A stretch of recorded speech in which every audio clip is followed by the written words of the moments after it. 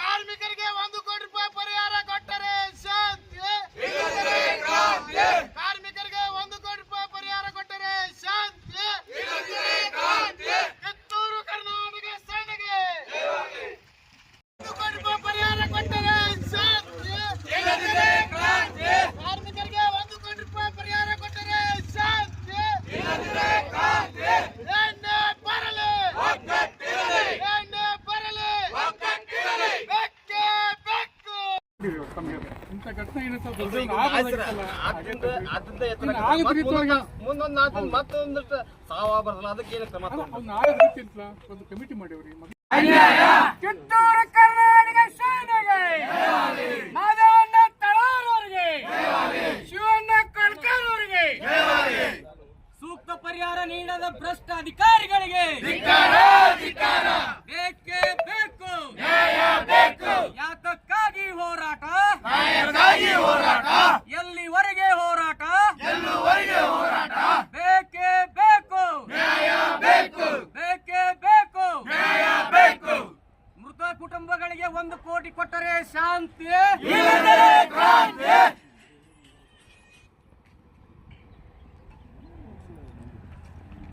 ಕಾರ್ಮಿಕರಿಗೆ ಸೂಕ್ತ ಭದ್ರತೆ ನೀಡದ ಅಧಿಕಾರಿಗಳಿಗೆ,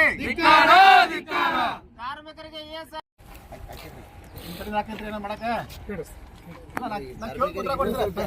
ಕಾರ್ಮಿಕರಿಗೆ ತೀರ್ಕೊಂಡಂತ ಕಾರ್ಮಿಕರಿಗೆ ತಾಮಿ ಕಳಿಸಿಂತ ಏನಾದ್ರು ಪರಿಹಾರ ಹೆಚ್ಚಿಗೆ ಮಾಡಕ್ ಸಾಧ್ಯ ಐತ್ರಿ? ನಿಮ್ಮ ಕಡೆಯಿಂದ ಇಲ್ಲ. ಅದಕ್ಕೆ ಆಡಳಿತ ಮಂಡಳಿಯವರು ಯಾರು ಸಂಬಂಧಪಟ್ಟಾರಲ್ಲ ಅವ್ರು ಕಳಿಸ್ರಿ ಸರ್. ದಯಮಾಡಿ ಎಲ್ಲರೂ ವಿನಂತಿ ಐತೆ. ಈಗಾಗಲೇ ಒಂದು ದುರ್ಘಟನೆ ಆಗಿದೆ ಸರ್. ಅದಕ್ಕೆ ನಮ್ದು ಆಡಳಿತ ಮಾಡಿ ಸಂಪೂರ್ಣ ಆ ಒಂದು ಘಟನೆ ಬಗ್ಗೆ ವಿಷಯ ಏನು ಆಗಲೇ ಹೇಳಿದೆ. ನಾವು ಸಾಕಷ್ಟು ವಿಷಯ ಎಕ್ಸ್ಪ್ಲೇನ್ ನಿಮ್ಗಿಂತ ಹೆಚ್ಚು ನಮಗೂ ನೋವಾಗಿದೆ.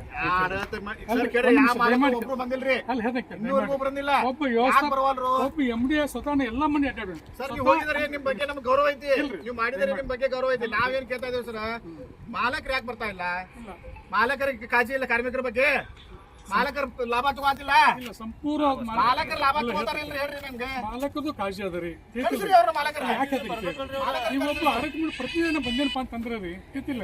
ಸ್ವತಃ ಪ್ರತಿಯೊಂದು ಕುಟುಂಬ ಹೋಗ್ಬಿಂದೆ ನಾನು ಏನ್ ನಿರ್ದೇಶಕ ನಾವ್ ಏನ ಆಡಳಿತ ಮಾಡಿ ನನ್ನೇ ತೋಡಿತ್ತಲ್ರಿ ಕಾರ್ಮಿಕ ಬದ್ದಲ್ಲಿ ಆ ಪ್ರಕಾರ ಎಲ್ಲ ಸ್ವತಃ ಹೋಗಿ ಸಾಂತ್ವನ ಯಾವ್ದು ಆಯ್ತದ ನಿಮ್ ಹೇಳ್ತೇನೆ.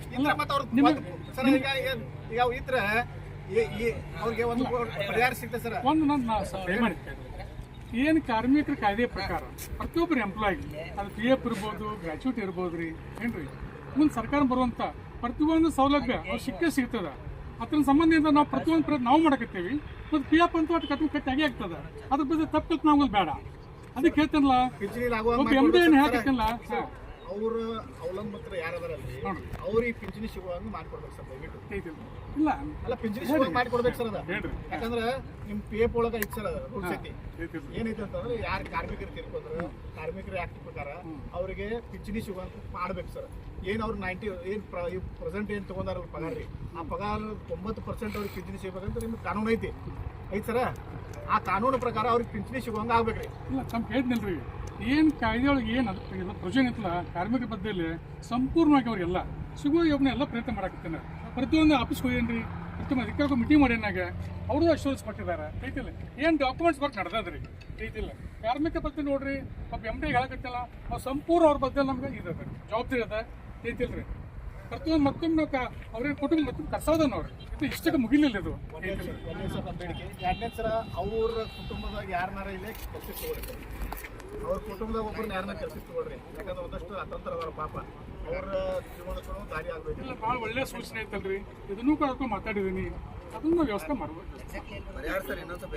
ಪರಿಹಾರ ಸರ್ 1 ಕೋಟಿ ರೂಪಾಯಿ ಮಾಡ್ಬೇಕು ಸರ್. ನೋಡ್ರಿ ಪರಿಹಾರ ಸರ್ ಕಾರ್ಮಿಕರು ದುಡಿದ್ರೆ ಫ್ಯಾಕ್ಟ್ರಿ ಸರ್. ಕಾರ್ಮಿಕರು ದುಡಿದ ಉದ್ದೇಶ ಕಾರ್ಮಿಕರು ರೈತ ಬಾಂಧವರು ಐತಿಲ್ರಿ. ಇವ್ರಿಂದ ಕಾರ್ಖಾನೆ ನಡೆಸಕ್ ಸಾಧ್ಯ ಇಲ್ಲ. ರೈತರು ಸಂಪೂರ್ಣ ಮತಪತ್ರದಲ್ಲಿ ರೈತರು ಇದಕ್ಕೆ ಸ್ಪಂದನೆ ಮಾಡಿದಾರೆ. ರೈತರು ಒಂದು ಘೋಷಣೆ ಮಾಡ್ರಿ ಅಂತ ಈಗಾಗಲೇ ಹೇಳಿದಾರೆ. ಯಾಕೆ ಆಡಳಿತ ಮಂಡಳಿ ಅವರು ಬಂದ ಕಾಸು ನೇರವಾಗಿ ನಿಂತು ನಾವು ಆಶ್ವಾಸನೆ ಕೊಡಕ್ ತಯಾರಿಲ್ಲ? ಯಾಕೆ ಆಡಳಿತ ಮಂಡಳಿಯವರು ಎಲ್ಲೋ ಮುಚ್ಕೊಂಡು ಎಲ್ಲೋ ಹಿಂದೆ ಕುಂತು ಯಾಕೆ ನಿಮ್ಮನ್ನ ಕಳಿಸಿ ಆಟ ಆಡ್ತಾ ಇದ್ರೆ ಅದು ನಮಗೆ ಕ್ಲಿಯರ್ ಆಗ್ಬೇಕಾಗಿದೆ ಅದ್ರ ಬಗ್ಗೆ ತಮ್ದು ಸರ್. ದಯವಿಟ್ಟು ನಾವು ಯಾಕೆ ಅಂದ್ರೆ ಕಲ್ಪನೆ ಆಗೋದು ಬ್ಯಾಡ್ರಿ. ಸರ್ ಕಲ್ಪನೆ ಆಗ್ತಾ ಇದೆ ಸರ್, ಇದು ದಯವಿಟ್ಟು ಆಗ್ತಾ ಇದೆ. ಆಡಳಿತ ಮಂಡಳಿಯವರು ಇಲ್ಲಿವರೆಗೂ ನೇರವಾಗಿ ಒಂದು ಕುಟುಂಬಕ್ಕೆ ಬಂದು ಸಾಂತ್ವನ ಹೇಳ್ತಾ ಇಲ್ಲ. ಕನಿಷ್ಠ ಒಂದು ಮಾನವೀಯತೆ ದೃಷ್ಟಿಯಿಂದ ಸರ್, ಮಾನವೀಯತೆ ದೃಷ್ಟಿಯಿಂದ ನಿಮ್ಮ ಹಿಂದೆ ನಾವು ಅದೇವಿ, ನೀವು ಯಾವುದಕ್ಕೂ ಕಾಳಜಿ ಮಾಡಬೇಡ್ರಿ, ನಾವು ನಿಮ್ಮ ಸಹಕಾರ ಅದೇವಿ, ನಿಮ್ಮ ನೊಂದಂತ ಕುಟುಂಬಕ್ಕೆ ನಿಮ್ಮ ಹಿಂದೆ ನಾವು ಯಾವತ್ತೂ ನಿಮ್ಮದೇ ಇದನ್ನ ಇದು ಫ್ಯಾಕ್ಟ್ರಿ ನಿಮ್ಮದೇ ಅನ್ನುವಂಥದ್ದು ಒಂದು ಆಶ್ವಾಸನೆ ಕೊಡುವಂಥದ್ದು ಬ್ಯಾಡ್ ಸರ್. ಒಂದು ಅಷ್ಟೇ ಒಂದು ಪೇಪರ್ ಸ್ಟೇಟ್ಮೆಂಟ್ ಸರ್, ಮತ್ತೆ ಅದು ಆಗ್ತಾ ಇಲ್ಲ ಅಂತಂದ್ರೆ ಯಾಕೆ, ಏನ್ ನಡೆದಿದೆ, ಏನ್ ಹುನ್ನಾರ ನಡೆದಿದೆ ಅಂತ ನಮ್ಗೆ ತಿಳಿತಾ ಇಲ್ಲ ಸರ್. ದಯವಿಟ್ಟು ಅದಕ್ಕೆ ನಾವಿಲ್ಲ ಅಂತಂದ್ರೆ ಸರ್ ಇದು ಸಾಂಕೇತಿಕ ಹೋರಾಟ ಹೇಳ್ರಿ, ನಾವು ಸಾಂಕೇತಿಕವಾಗಿ ಬಂದಿದ್ದೀವಿ. ಜಸ್ಟ್ ಒಂದು ಸಾಂಕೇತಿಕ ಹೋರಾಟ ಮಾಡಿ ನಿಮಗೆ ಇಲ್ಲಿ ಬಿಸಿ ಮುಟ್ಟುವಂತ ಕೆಲಸ ಮಾಡ್ತಾ ಇದ್ದೀವಿ. ನಾಳೆ ದಿನ ಕೂಡ ಬೆಳಗಾವಿಯಲ್ಲಿ ಬೃಹತ್ ಪ್ರಮಾಣವಾದಂಥ ಹೋರಾಟವನ್ನು ಮಾಡಿ ಡಿ.ಸಿ ಅವ್ರಿಗೆ ಕೊಡ್ತಾ ಇದ್ದೀವಿ. ಯಾಕಂತಂದ್ರೆ ಇದರ ಏನು ಮರ್ಮ ಅನ್ನೋದು ತಿಳಿತಾ ಇಲ್ಲ ನಮಗೆ. ಯಾಕೆ ಆಡಳಿತ ಮಂಡಳಿ ಒಬ್ರು ಜವಾಬ್ದಾರಿ ಇದ್ದಂಥವ್ರು, ನಾವೇನು ನೋಡ್ರಿ ಇಲ್ಲೊಂದು ಫ್ಯಾಕ್ಟ್ರಿ ಕಟ್ಟಿದ್ದಾರೆ, ಏನೋ ಅವರು ಡೆವಲಪ್ ಆಗ್ಬೋದು, ಅವ್ರು ಏನೋ ಮಾಡ್ಕೋಬೋದು, ಅವ್ರು ಒಳ್ಳೇದಾಗ್ಲಿ, ನಮ್ಗೆ ಏನು ಬೇಡ. 4 ಮಂದಿಗೆ ರೈತರಿಗೂ ಒಳ್ಳೇದಾಗಿದೆ, ಕಾರ್ಮಿಕರಿಗೂ ಒಳ್ಳೇದಾಗಿದೆ. ಆ ಉದ್ದೇಶ ಬಿಟ್ಕೊಂಡು ಕಾರ್ಮಿಕರಿಗೆ ಈ ಥರ ಆದಾಗ ಅವ್ರು ಯಾಕೆ ಮುಂಚೂಣಿಯಲ್ಲಿ ನಿಂತು ಕೆಲಸ ಮಾಡ್ತಾ ಇಲ್ಲ, ಇದನ್ನ ನಾವು ನಿಮ್ಮನ್ನು ಕೇಳ್ತಾ ಇದ್ದೀವಿ. ತಮ್ಮ ಸ್ಪಷ್ಟ ಏನಿಲ್ರಿ, ಒಬ್ಬ ಆಡಳಿತ ಮಂಡಳಿ ಪ್ರತಿನಿಧಿಯಾಗಿ ಅವ್ರು ಏನು ನಿರ್ದೇಶನ ಕೊಟ್ಟಾರಲ್ಲ ಅದ ಪ್ರಕಾರ ನಾವು ಬಂದು ಮಾತಾಡಕತ್ತೇನ್ರಿ, ತಿಳಿತಿಲ್ರಿ. ದಯಮಾಡಿ ತಾವು ಸ್ವಲ್ಪ ಅರ್ಥ ಮಾಡ್ಕೋಬೇಕು.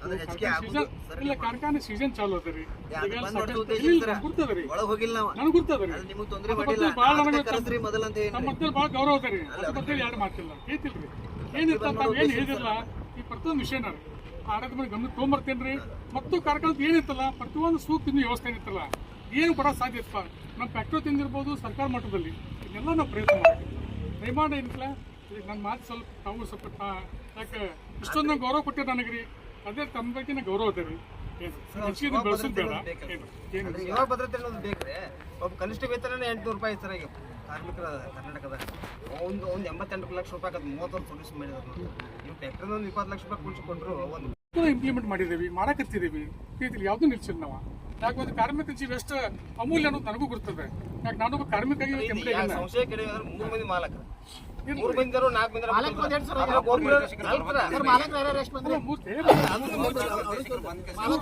ಜನ ಅದಾರೆ. ಕೋರೆ ಸಾಹೇಬ್ರ ಅದಾರೆ, ಮಟ್ನೂರ್ ಸಾಹೇಬ್ರ ಅದಾರೆ, ವಿಕ್ರಮ್ ಸಾಹೇಬ್ ಮಣ್ಣು ಇದೆ ಅಂತ ಯಾಕೆ ಬರ್ತಾ ಇಲ್ರಿ ಅವ್ರು? ಅಲ್ಲ ಏನಿಲ್ರಿ ಫೀಲ್ಡ್ ಯಾಕೆ ಬರ್ತಾ ಇಲ್ಲ ಸರ್? ಅಲ್ಲ ಅವ್ರದ್ದು ನೋಡ್ರಿ, ಅವ್ರ ಪ್ರತಿದಿನ ಬಂದೇನಪ್ಪ ಅಂತಂದ್ರೆ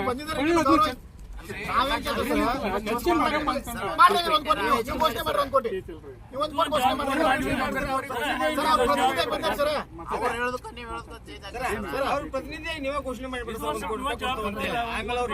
ಪ್ರತಿನಿಧಿಯಾಗಿ ನಾ ಘೋಷಣೆ ಮಾಡ್ಯಾನು, ನೀವು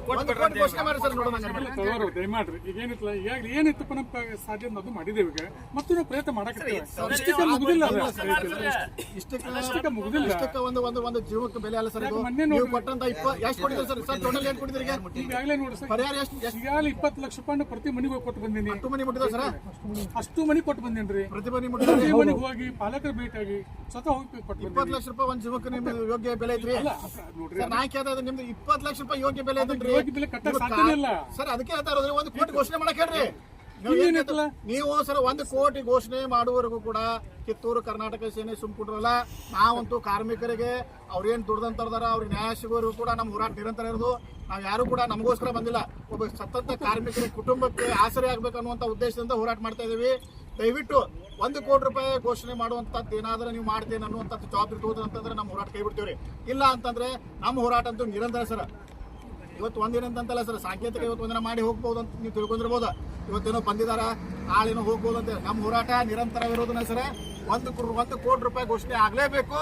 1 ಕೋಟಿ ರೂಪಾಯಿ ಘೋಷಣೆ ಆಗದೆ ಇದ್ರೆ ಕಿತ್ತೂರು ಕರ್ನಾಟಕ ಸೇನೆ ಇಡೀ ರಾಜ್ಯಾದ್ಯಂತ ಹೋರಾಟ ಮಾಡೋಕ್ಕೂ ಕೂಡ ನಾವು ಹಿಂದೆ ಸರಿಯಲ್ಲ ಸರ್.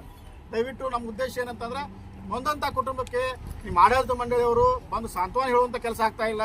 ಜೊತೆಗೆ ನೀವು ಯಾರು ಕೂಡ ಜವಾಬ್ದಾರಿ ತಗೊಂಡ ಪೇಪ ಅವ್ರು ತುಂಬಿದಿರಲ್ಲ, ಅದನ್ನ ನಾವು ಕೊಡ್ತೇವೆ ಅಂತ ಅವ್ರು ಬಂದ್ ಯಾರು ಆಡಳಿತ ಮಂಡಳಿ ನಾಯಕರು ಇದಾರಲ್ಲ ಅವ್ರು ಬಂದು ಹೇಳುವಂತ ಆಶ್ವಾಸನೆ ಆಗ್ತಾ ಇಲ್ಲ. ಯಾಕಂತಂದ್ರೆ ತಾವು ಒಬ್ರು ಕೆಲಸಕ್ಕಿದ್ದಂತ ಒಬ್ರು ಕಾರ್ಮಿಕರು, ತಾವು ಕೂಡ ಸರ್ ದಯವಿಟ್ಟು ತಾವು ಒಬ್ರು ಕಾರ್ಮಿಕರೇ ಸರ್. ಅಲ್ಲಿ ಈಗ ಒಬ್ರು ನೀವು ಕೆಲಸಕ್ಕಿದ್ದಾರೆ, ಯಾರೋ ಅವ್ರು ಏನ್ ಹೇಳ್ತಾ ಇದಾರೆ ಬಂದು ಹೇಳ್ತಾ ಇದಾರೆ ಅಷ್ಟೇ. ನೀವು ಯಾಕೆ ಅವ್ರು ಬರ್ತಾ ಇಲ್ಲ, ಅವ್ರ ಬಾಯಿಲೆ ಯಾಕೆ ಬರ್ತಾ ಇಲ್ಲ?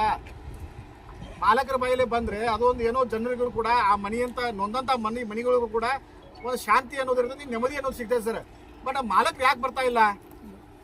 ದಯಮಾಡಿ ತಪ್ಪು ತಿಳ್ಕೊಬೇಡ್ರಿ. ಏನ್ರಿ ಏನೊಬ್ಬ MD ಆಗ್ರಿ ಏನು ಕಾಯ್ದೆ ಕಾನೂನು ಪ್ರಕಾರ ಒಬ್ಬ ಎಂಪ್ಲಾಯ್ ಏನು ಸೇವೆ ಕಾರ್ಮಿಕರಿಗೆ ನಿನ್ನೆ ಕಾರ್ಮಿಕ ಅಂತ ಸ್ಟೇಟ್ ಹೆಡ್ ಅವಾಗೆ ಭೇಟಿ ಬಂದಿರಿ ರೀತಿಲ್ರಿ ಕಾರ್ಮಿಕ ಏನಪ್ಪ ನಿಮ್ಮದು ನಾವು ಫ್ಯಾಕ್ಟ್ರಿ ನಾವು ಕೊಡ್ತೇವೆ ಇನ್ನು ಗೌರ್ಮೆಂಟ್ ವತಿಯಿಂದ ನಾವು ಅದಕ್ಕೆ ಕೈ ಜೋಡಿಸ್ಬೇಕು ರೀತಿಲ್ರಿ ಅದನ್ನು ಮನೆ ಮಾಡ್ಕೊಂಬಂದಿನಿ ಅವರು ಮಾಡತ್ತಾರೆ ರೀತಿಲ್ರಿ ಸೊ ಎಲ್ಲ ದೃಷ್ಟಿಯಿಂದ ಎಲ್ಲ ಆ್ಯಂಗಲ್ ಪ್ರಯತ್ನ ಮಾಡಕತ್ತೀನಿ ನೋಡಿ ಅದ್ರ ಬದ್ದಲ್ಲಿ ಅಂತಲ್ಲ ನಿಮ್ಗೆ ಎಷ್ಟು ಕಳಕಳಿ ಐತಲ್ಲ ಅಷ್ಟೇ ಕಳಕಳಿ ಒಬ್ಬ ಕಾರ್ಮಿಕ ನಾನು ಒಬ್ಬ ಅಧಿಕಾರಿ ಆಗಿರಿ ನಮಗೂ ಜವಾಬ್ದಾರಿ ಅದ ರೀ ದಯಮಾಡಿ ಹೇಳ್ತೇನಲ್ಲ ಅದ್ರ ಬದ್ದಲ್ಲಿ ಯಾವುದೋ ಸಂಶಯ ತಮ್ಮ ತಲೆ ಬ್ಯಾಡ್ರಿ ಸರ್ ಬಂದಿದೆ ಸರ್ ಎಲ್ಲಾರ ತಲೆ ಸಂಶಯ ಸರ್ ಏನ್ ಗೊತ್ತನ ಯಾಕೆ ಮಾಲಕರು ಬರ್ತಾ ಇಲ್ಲ ಹೇಳ್ತೇನಲ್ರಿ ಮಾಲಕರು ಬಂದು ಘೋಷಣೆ ಮಾಡಿ ಸರ್ 1 ಕೋಟಿ ರೂಪಾಯಿ ಘೋಷಣೆ ಮಾಡ್ಲಿ ಒಂದು ಬಡ ಕುಟುಂಬಕ್ಕೆ ಸರ್ ಯಾವ್ದೋ ಒಂದು ತಾಯಿ ಮಗನ್ನ ಯಾಕೆ ಕಳ್ಸಿದ ಅಂತಂದ್ರೆ ನೀವು ಯಾವತ್ತು ಕಳಿಸ್ತೀರಿ ಹೇಳಿ ಸರ್ ಇಲ್ಲ ಅಂದ್ರೆ ನಾವು ಅವತ್ತು ಹೋರಾಟ ಬರ್ತೇವೆ ನಾವು ಅವತ್ತೇ ಹೋರಾಟಕ್ಕೆ ಬರ್ತೇವೆ ಮತ್ತೆ ಈಗ ಇಷ್ಟು ಶಾಂತಿಕತೆ ಬಂದಿವಲ್ಲ ಇದು ಶಾಂತಿಕೇತವಾಗಿ ಬಂದಿದ್ದೀವಿ ಇನ್ನೂ ಇಷ್ಟು ಜನ ಕರ್ಕೊಂಡ್ ಬರ್ತೀವಿ ಆದ್ರೆ ನಮ್ಮ ಉದ್ದೇಶ ಏನಂತಂದ್ರೆ ಆಡಳಿತ ಮಂಡಳಿ ಯಾರ ನಾಯಕರದಾರಲ್ಲ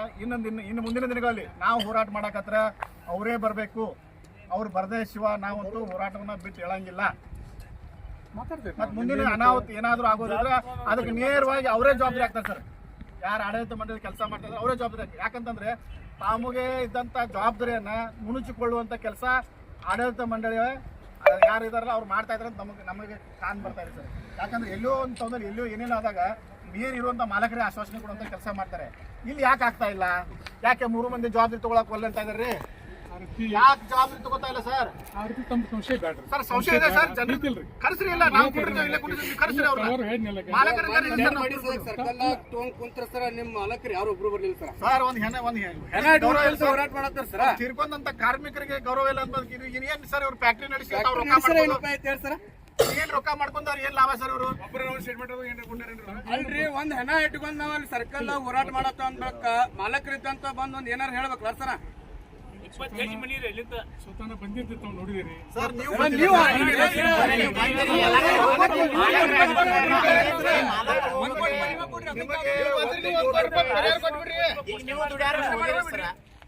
ನಿಮ್ ಏನು ಭಾವನೆಗಳದಲ್ಲ ಅದ್ರ ಮೇಲೆ ಮುಟ್ಸುವಂತ ನಾನು ಕೆಲಸ ಮಾಡ್ತೇನೆ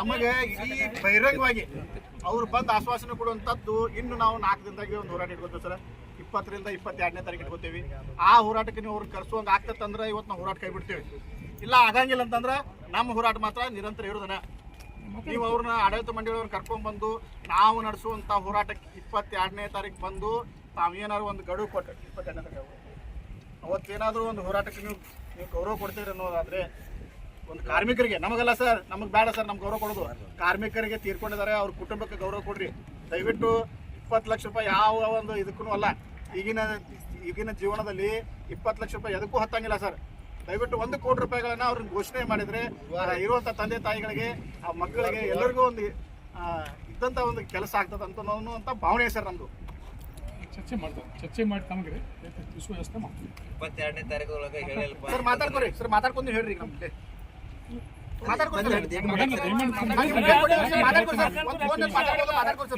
ನಮ್ಗೆ ಮತ್ತೆ ಸರ್ ಇಲ್ಲಿ ಇರುವಂತ ಎಲ್ಲಾ ಕಾರ್ಮಿಕರಿಗೆ ನಿಮ್ಗೆ ಗೌರ್ಮೆಂಟ್ ರೂಲ್ಸ್ ಪ್ರಕಾರ ಒಂದಷ್ಟು ಜನನ ನೀವು ಇಷ್ಟು ಜನ ಗೌರ್ಮೆಂಟ್ ಪರ್ಮನೆಂಟ್ ಮಾಡ್ಕೋತೇವೆ ಅನ್ನುವಂಥದ್ದು ಒಂದು ನೀವು ರೂಲ್ಸ್ ಮಾಡಿರ್ತೀರಿ ಎಷ್ಟು ಜನನ ಪರ್ಮನೆಂಟ್ ಮಾಡ್ಕೊಂಡಿದ್ದೀರಿ ಈಗ ಅಲ್ಲ ಸರ್ ಎಷ್ಟು ಜನ ಸರ್ ನಾನು ಕೇಳ್ತಾ ಇರೋದು ಎಷ್ಟು ಜನನ ಪರ್ಮನೆಂಟ್ ಮಾಡ್ಕೊಂಡಿದ್ದೀರಿ ನಮ್ಮ ಕೆಪಾಸಿಟಿ ಪ್ರಕಾರ ಸುಮಾರು 700 ಕುಲ್ಕಾರ್ ಏನು ತಿಳ್ಕೊಬೇಡ್ರಿ ಏನು ನಮ್ದು ಕೆಪಾಸಿಟಿ ಪ್ರಕಾರ ಎಷ್ಟು ಮಂದಿ ಪರ್ಮನೆಂಟ್ ಬೇಕು ಎಷ್ಟು ಮಂದಿ ಮಾಡ್ಕೊಂಡಿದ್ದೀರಿ ಮಾಡ್ಕೊಂಡು ಸುಮಾರು ನಮ್ದು ಮಾಹಿತಿ ಕೊಡಿ ಸರ್ ಒಂದು 180 ಮಂದಿ ತಗ ಮಾಡ್ಕೊಡಿ ಅಂತ ಐತಿ ಅದು ಮಾಹಿತಿ ಕೊಡಿ ಸರ್ ಕೊಡ್ತೇನೆ ಅದು ಕೊಡೋದಿಲ್ಲ ಯಾಕಂದ್ರೆ ನಿಮ್ಮ ರೂಲ್ಸ್ ಪ್ರಕಾರ ಒಂದು ಸಂಸ್ಥೆ ನಡೆಸಬೇಕಾದ್ರೆ ನಾವು ಜನನ ಪರ್ಮನೆಂಟ್ ಆಗಿ ಉದ್ಯೋಗನ ನೀಡ್ತೀವಿ ಅನ್ನುವಂಥದ್ದು ನೀವು ಬರೆದು ಕೊಟ್ಟಲೇಬೇಕು ಅದೇನು ಕೊಟ್ಟಿದ್ದಾರೆ ಅದನ್ನ ಮಾಹಿತಿ ಒಂದು ಕೊಡಿ ಸರ್ ಆಮೇಲೆ ಇಲ್ಲಿ ದುಡಿಯುವಂಥ ಎಷ್ಟು ಕಾರ್ಮಿಕರಿದಾರಲ್ಲ ಸರ್ ಅವ್ರಿಗೆ ಎ ಪೈ ತುಂಬ್ತಾ ಇದ್ರು ಅದರದ್ದು ಒಂದು ನನಗೆ ಮಾಹಿತಿ ಕೊಡಿ ಸರ್ ಆಮೇಲೆ ನಿಮ್ಮ ಮಾಲಕರ ಜೊತೆ ಮಾತಾಡಿ ಕಾಸು ಏನಂತ 22 ಬೇಡ ಸರ್ ಈಗ ನೀವು ಯಾವತ್ತು ಗಡುವು ಕೊಡ್ತಾರ ನಾವು ಅವತ್ತು ಹೋರಾಟ ಇಟ್ಕೊತೇವೆ ಇಲ್ಲ ಅಂತಂದ್ರೆ ನಮ್ಮ ಹೋರಾಟಕ್ಕೆ ಇಲ್ಲ ನಮ್ಮ ಹೋರಾಟ ಅಂತೂ 22ಕ್ಕೆ ನಿಲ್ಲಿಸಿ ನಾವು ಯಾರು ಬರಲಿ ಅವ್ರು ಬರದೇ ಇರಲಿ ಈ ಹೋರಾಟವನ್ನ ಇನ್ನೂ ತಾರ್ಕಿಕವಾಗಿ ಒಯ್ಯುವಂತ ಕೆಲಸ ಆಗ್ಬಾರ್ದು ಮಾತಾಡ್ತೇನೆ ಅದಕ್ಕೆ 22ನೇ ತಾರೀಕು ನಡೆಸುವಂತ ಹೋರಾಟಕ್ಕೆ ಅವ್ರು ಬರಬೇಕು ಅವ್ರ ಜೊತೆ ಮಾತನಾಡಿ ನೀವು ನಮ್ಗೆ ಹೇಳಿ ಸರ್ ಅಂದ್ರೆ ಈ ಹೋರಾಟ ಏನಾದರೂ ಮಾಡಿ ಮಾತಾಡ್ರಿ ಹೆಣ್ಮಕ್ಳು ನೀವು ಅಕ್ಕಾರ ಎಲ್ಲಾರ ಭಾವನೆ ಪಾಪ ಅವ್ರು ಪಾಪ ಅವ್ರನ್ನ ಬಿಸಿಲಾಗ ಕುಣಿಸೋದು ಬ್ಯಾಡ್ರಿ. ಹೋರಾಟ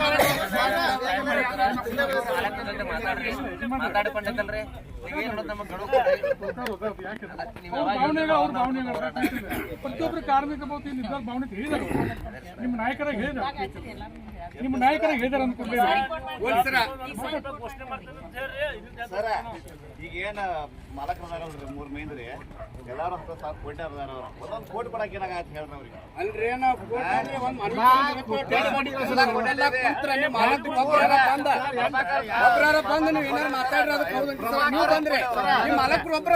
ಪ್ರಭಾಕರ್ ಕೋರೆ ಅವರಿಗೆ ಬರ್ಬೇಕಿಲ್ಲ ಸರ್. 8 ಕೋಟಿ ರೂಪಾಯಿ ಏನು ಬಾಳಲ್ಲ ಸರ್. ದಯವಿಟ್ಟು 8 ಕೋಟಿ ರೂಪಾಯಿ ಬಾಳಲ್ಲ. 8 ಕೋಟಿ ರೂಪಾಯಿ ಕೊಡಾಕ್ ಹಚ್ಚ್ರಿ. 1 ಕೋಟಿ ರೂಪಾಯಿ ಕೊಡುವಂತದ್ದಿದ್ರೆ ಮಾತುಕತೆ ಆಗ ಸರ್ ಇನ್ನು ಮುಂದೆ. ಇಲ್ಲ ಅಂತಂದ್ರೆ ಈ ಹೋರಾಟವನ್ನ ಅತಿ ನಿರಂತರವಾಗಿ ನಾವಂತೂ ವ್ಯವಸ್ಥಿತ ರೀತಿಯಲ್ಲಿ ಮಾಡ್ತಾ ಇದೀವಿ. ನಾಳೆ ಕೂಡ ನಾವು ಬೆಳಗಾವಿಯಲ್ಲಿ ಹೋರಾಟ ಮಾಡ್ತಾ ಇದ್ದೀವಿ ಸರ್. ಇದ್ರ ಬಗ್ಗೆನೇ 1 ಕೋಟಿ ರೂಪಾಯಿ ಅವ್ರಿಗೆ ಪರಿಹಾರ ಕೊಡುವವರೆಗೂ ಕೂಡ ಕಿತ್ತೂರು ಕರ್ನಾಟಕ ಸೇನೆ ಯಾವುದೇ ಈ ಹೋರಾಟದಿಂದ ಹಿಂದೆ ಸರಿಯಲ್ಲ ಸರ್. ಇದು ನಿಮಗೆ ಸ್ಪಷ್ಟವಾಗಿ ಇರಲಿ. ಯಾಕಂದರೆ ಫಸ್ಟ್ 1ನೇ ದಿನ ನೀವು ಘೋಷಣೆ ಮಾಡಿರಿ 15 ಲಕ್ಷ, ಆಮೇಲೆ ಮತ್ತೊಂದು 5 ಲಕ್ಷ, ಈ ಥರ ಬೇಡ ಸರ್. ದಯವಿಟ್ಟು ನೀವು ಮಾಡೋದಿದ್ರೆ ಒಮ್ಮೆ ಏನಾದರೂ 1 ಕೋಟಿ ರೂಪಾಯಿಗಳನ್ನು ಮಾಡಲೇಬೇಕು. ಇದು ನಾವು ಕಾರ್ಮಿಕರ ಪರವಾಗಿ ನಮ್ಮೊಂದು ಹೋರಾಟ. ಅದಕ್ಕೆ ತಾವು ಏನಂತಂದರೆ ಇದನ್ನು ಸ್ಟ್ರಿಕ್ಟ್ಲಿ ನಿಮ್ಮ ಆಡಳಿತ ಮಂಡಳಿಗೆ ಹೇಳ್ರಿ. ಇಲ್ಲ ಇದು 1 ಕೋಟಿ ರೂಪಾಯಿ ಅವ್ರ ಬೇಡಿಕೆ ಐತಿ, ಅದನ್ನು ಕೊಡೋದ್ರಿಂದ ಏನು ಒಟ್ಟೇನು ಎಲ್ಲ ಲಾಸ್ ಆಗಲ್ಲ ಸರ್. ಏನು ಫ್ಯಾಕ್ಟ್ರಿಯನ್ನು ಮುಚ್ಚೋಗೋದಿಲ್ಲ. 1 ಕೋಟಿ ರೂಪಾಯಿ ಕೊಡೋದ್ರಿಂದ ಕೊಡಕ್ಕೆ ಹೇಳ್ರಿ ಸರ್. ಎಲ್ಲ ಬರೀ ಅಷ್ಟರು ಕೂಡ ಒಂದು 20-30 ಲಕ್ಷ ರೂಪಾಯಿ ಹಾಕಿದ್ರೆ ಮುಗಿದೋಗುತ್ತೆ ಒಬ್ಬೊಬ್ಬರು ಕಾರ್ಮಿಕರಿಗೆ. ಒಂದು 30 ಲಕ್ಷ ರೂಪಾಯಿ ಭಾಳಲ್ಲ ಸರ್ ಈಗಿನ ಕಾಲ. ಮತ್ತು ಹಿಂಗಾದ್ರೆ ಇಡೀ ಇನ್ನು ದುಡಿಯುವಂಥ ಕಾರ್ಮಿಕರು ಯಾವ ಆಧಾರದ ಮೇಲೆ ಇವ್ರ ಜೊತೆ ಕೆಲಸ ಮಾಡ್ಬೇಕಿಲ್ಲಿ? ಈ ಪ್ರಶ್ನೆ ಹೇಳ್ತಾರೆ ಸರ್. ನಾಳೆ ಏನಂತಂದ್ರೆ ಸತ್ತಂತವ್ರಿಗೇನೆ 1 ಕೋಟಿ ರೂಪಾಯಿ ಕೊಡೋಕ್ಕಾಗ್ತಾ ಇಲ್ಲ. ನಾವು ಯಾವ ಥರ ದುಡಿಬೇಕಿನ್ನು ಇಲ್ಲಿ? ಯಾವ ಥರ ಕೆಲಸ ಮಾಡಬೇಕು? ಯಾವ ಸೇಫ್ಟಿ ಮೇಲೆ ಕೆಲಸ ಮಾಡಬೇಕು? ನಾಳೆ ನಮ್ಮ ಜೀವಕ್ಕೂ ಏನಾದರೂ ಆದರೆ ಯಾವ ಥರ ಇವ್ರು ನಮ್ಮನ್ನು ಕೆಲಸ ಉಪಯೋಗ ಮಾಡ್ಕೋತಾರೆ ಅನ್ನುವಂಥ ಜವಾಬ್ದಾರಿ ಮೂಡ್ತಾ ಇದೆ ಸರ್. ದಯವಿಟ್ಟು ನಮ್ಮ ಉದ್ದೇಶ ಏನಂತಂದರೆ 1 ಕೋಟಿ ರೂಪಾಯಿ ಇದು ಕೊಡಲೇಬೇಕು. 1 ಕೋಟಿ ರೂಪಾಯಿ ಕೊಡದೇ ಇದ್ದರೆ ಈ ಹೋರಾಟ ಅಂತೂ ನಿಲ್ಲಲ್ಲ ಸರ್. ದಯವಿಟ್ಟು ಅದನ್ನು ತಾವು ಆಡಳಿತ ಮಂಡಳಿ ತೊಗೊಂಬಂದ ಸರ್. ಮತ್ತು ಮುಂದಿನ ದಿನಗಳಲ್ಲಿ ತಾವು ಬರೋಕ್ಕೆ ಹೋಗಬೇಡ. ದಯವಿಟ್ಟು ಪದೇ ನಾವು ಹೇಳೋದಲ್ಲ. ಮೊನ್ನೆ ಕೂಡ ಸಾಕಷ್ಟು ನಾವು ಮನವಿ ಮಾಡ್ಕೊಂಡಿದ್ದೀವಿ. ರೈತ ಸಂಘದವರು ಮಾಡ್ಕೊಂಡಿದ್ದಾರೆ. ಇನ್ನು ಎಲ್ಲರೂ ಕೂಡ ಒಕ್ಕಟ್ಟಾಗಿ ಒಂದಾಗಿ ದೊಡ್ಡ ಹೋರಾಟವನ್ನು ಕ್ರಾಂತಿ ಆಗ್ತದೆ ಸರ್. ಈ ಹೋರಾಟ 1 ಕೋಟಿ ರೂಪಾಯಿ ಏನಾದರೂ ಕೊಡದೇ ಇದ್ದರೆ ದೊಡ್ಡ ಕ್ರಾಂತಿ ಆಗ್ತದೆ. ಆ ಕ್ರಾಂತಿಗೆ ಯಾರಾದರೂ ಆದರೆ ಈ ಆಡಳಿತ ಮಂಡಳಿ ಅವರೇ ಸರ್. ನಾವು ಯಾರೂ ಜವಾಬ್ದಾರಲ್ಲ. ಇದು ನಡೆಯುವಂಥ ಕ್ರಾಂತಿಗೆ ಈ ಆಡಳಿತ ಮಂಡಳಿ ಹೊಣೆಗಾರ ಆಗಬಾರ್ದು ಅನ್ನುವಂಥದ್ದನ್ನು ನಾವು ಮಾಹಿತಿ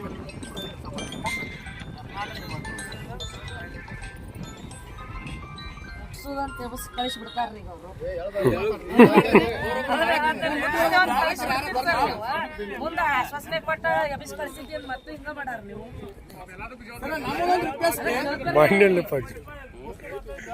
ಏನಿಲ್ರಿ ಅದನ್ನ ಘೋಷಣೆ ಮಾಡ್ರಿ, ನಾವ್ ಎದ್ದು ಹೋಗ್ತೇವೆ. ನಮ್ಗೇನ್ ಬಿಡಿಸಲ್ಲ ಅಂದ್ರೆ ಏನ್ ಇದಲ್ಲ, ಬಿಡ್ತೇವೆ ನಾವು ಈಗ. ಸರ್ಕಾರ ನಮ್ದು ವಿನಂತಿ ಅದ, ದಯಮಾಡ್ರಿ ಏನ್ರಿ ಈಗ ತಮ್ಮ ಭಾವನೆಗೆ ಹೇಳಿದಿರಿ. ಕಾರ್ಮಿಕ ಬದಲೇ 1 ನಿಮಿಷ ಪ್ಲೀಸ್ ಕೇಳ್ತೀನಿ. ನಾನು ಕೇಳಿದ್ದೀನಿ, ನಾನು ಮಾತಾಡಿದೆ ಏನ್ರಿ ಏನು ಹೇಳಿಲ್ಲ. ಪ್ರತಿಯೊಂದು ವಿಷಯವನ್ನು ಚರ್ಚೆ ಮಾಡ್ತೀನಿ. ಏನು ಚರ್ಚೆ ಮಾಡೋ ಸ್ವಲ್ಪ ನಿರ್ಧಾರ ತಗೊಳ್ಳೋದು. ದಯಮಾಡಿರಲ್ಲ ಈ ಸ್ವಲ್ಪ ಈಗೇನು ಕುಂತಿಲ್ಲ, ದಯಮಾಡಿ ಮುಗಿಸ್ರಿ. ನಾ ಚರ್ಚೆ ಮಾಡಿ ತಮ್ಗೆ ಹೇಳ್ತಂತ